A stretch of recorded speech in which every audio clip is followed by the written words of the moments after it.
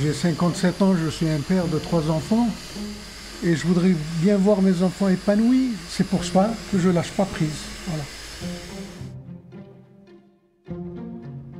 Ne rien lâcher et s'accrocher à la vie. Depuis notre dernier épisode, Redouane a vu son état de santé se dégrader.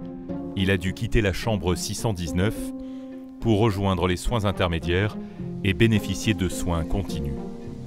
En quelques heures seulement, Redouane a changé d'unité et de perspective. Aujourd'hui, on s'aperçoit que ce qui me fait défaut, en quelque sorte, sur le plan diagnostic, c'est le poumon gauche.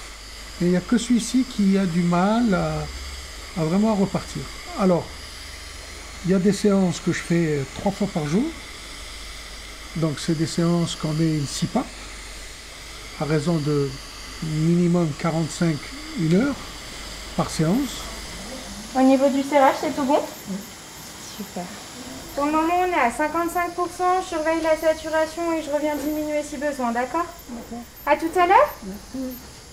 Et ce que je peux me souhaiter, à moi et à ma famille, c'est que je n'aille pas aux soins intensifs. C'est tout ce que je peux dire. Voilà. Une interrogation pour Redouane, à l'image de cette pandémie. Pour lui, pour les autres, pour les équipes médico-soignantes, l'incertitude est présente à chaque instant, de jour comme de nuit. L'incertitude, c'est le maître mot de cette pandémie, et à chaque fois, elle est un peu différente. Au tout début de la pandémie, on ne connaissait pas la maladie, on ne savait pas à quelle sévérité on allait avoir affaire, à quel volume de patients on allait avoir affaire. On a eu un premier Mont Blanc, une première grande montagne à franchir, une première grande vague. La deuxième vague arrivait. Est-ce qu'il fallait déjà craindre la même vague, une plus grande vague? On a eu un Everest, on a une deuxième vague beaucoup plus élevée. Et les vagues successives n'étaient plus tout à fait des vagues, mais plutôt une houle, des patients qui viennent et qui reviennent. Bon, on vient de terminer le point patient du Huddle et je voulais juste vous donner une information par rapport à l'évolution de la vaguelette qui se produit actuellement et qui sera peut-être plus importante que prévu, avec une reprise d'activité comme vous l'avez vu, donc ça remonte. Et on a pris la décision d'ouvrir complètement l'unité 6E et on va faire ça pour ce week-end, samedi matin.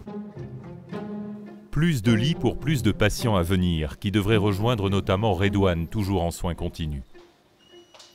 Aux soins intermédiaires, Redouane est sous la surveillance constante d'une équipe d'infirmiers et de médecins qui peuvent intervenir à tout moment si son état le nécessite. C'est des histoires de vie et j'ai envie de dire à chaque patient et à chaque soignant, il va y avoir une relation qui va être différente. Et effectivement, de pouvoir les accompagner quand ils arrivent en soins intermédiaires où ils ont besoin de CPAP, d'oxygène à haut débit, qui sont pas bien. Et puis de pouvoir les accompagner, de pouvoir les amener après en médecine aiguë où finalement le personnel, même s'il est spécialisé en soins intermédiaires, peut être amené à travailler en médecine. Du coup, il y a cet échange et ce suivi et on se donne des nouvelles.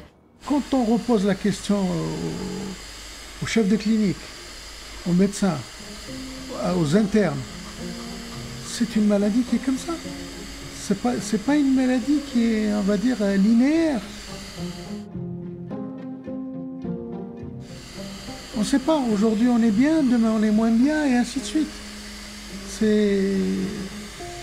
On est aux aléas du jour au jour, malheureusement.